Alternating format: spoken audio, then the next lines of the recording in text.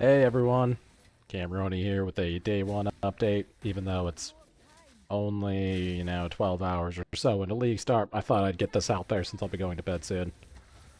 I didn't have a whole lot of time to plan out this build since they announced the Disciple of Varashta Ascendancy the night before League Start. That said, it is an absolute monster so far in the campaign. I could only play for a few hours at League Start, so I'm still in the campaign at the time of recording this. I think I'm halfway through Act 3. But it's been a blast. The Ice Nova buffs also feel incredible. All around, ice spells feel quite strong. The main downside is I have a ton of buttons to press. That's pretty much only for bosses, but Sorceress always has a bunch of buttons to press. At least until the end game. With the command skills from the Disciple of Varashta Ascendancy, you have even more buttons to press. It's starting to feel like an MMO, honestly. But thankfully, just for clearing, I use Ice Nova and alternate Snap with the command skill to fracture the chilled ground. It's easy peasy. It's really fast. The AoE on Ice Nova is huge. The AoE on the fracture is even bigger, and they both do big damage, so it is pretty quick to clear packs of enemies. For single target, we have a skill combo that absolutely shreds bosses. You don't have to do this full skill combo. You can change it up to be however you want it to be. But what I usually do is Frost Bomb and Orb of Storms. I pre-stack these before the boss is targetable. Sometimes you can stack up 6 or 9 or even 12 cold infusions on the ground before the boss is ready to be hit. So you can get a nice pile of infusions going while you wait. And then I hit them with Elemental Weakness and spam Ice Nova until they're frozen. You can also fracture the chilled ground while you're spamming Ice Nova, just because you recast the chilled ground with another Ice Nova immediately after. And then I recast Frost Bomb if it's available. I throw out a lightning-infused flame wall, and then I spam ice darts until I need to refresh debuffs on the enemy. Usually I don't need to do that. Usually they're just dead, because the frost darts, they kill them really fast. The plasma Gatling gun, as I like to call it. Lightning-infused flame wall pretty much doubles the DPS of your frost darts, and if you've got infusions, because the ice chunks that come off of those shotgun, and so long as the projectile passes through the flame wall, all of the chunks will also count as having passed through the flame wall, so best single target cold spell in the game, in my opinion. At least through the campaign. Later on we get Comet, and that's arguably better if you can trigger it often enough. I don't know. We'll have to see. Maybe some DPS tests later on.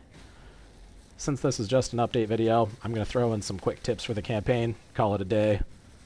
Number 1. Spend some weapon swap passive points to get +1 orb skills on your weapon swap, and change your Orb of Storms and Frost Bomb to cast using the swap, and then change your other skills to cast on weapon set 1. You'll swap weapons automatically just as you press your skills, and you'll generate more infusions this way. Number 2, use Unleash on Orb of Storms to place 3 with 1 cast, and Spell Cascade on Frost Bomb to place 3 with 1 cast, along with the Overabundance support gem on both. So with Overabundance +1 on the passive tree, you'll be able to have 3 out, and with 1 cast, with Unleash on Orb of Storms and Spell Cascade on Frost Bomb, you'll get it. That generates 3 cold infusions from Frost Bomb and 3 lightning infusions from Orb of Storms. You don't need Orb of Storms often. I usually just cast it once per boss fight, unless it's a long boss with phases and the infusions expire. Number 4, don't use multi-shot on frost darts. It's bait. You get damage parity at best, and you lose DPS at worst. I won't go into the long and complicated math I did to arrive at that conclusion in this video. Just know that multi-shot is not worth a link. I would much rather have Rising Tempest, some cast speed, and the one where you can't inflict ailments and do more damage. I can't remember its name off the top of my head. Number 5, instances of chilled ground don't stack, so you can't stack a ton of it and then one-shot a boss. There goes my dream of power charge frost walls to generate massive amounts of chilled ground to explode.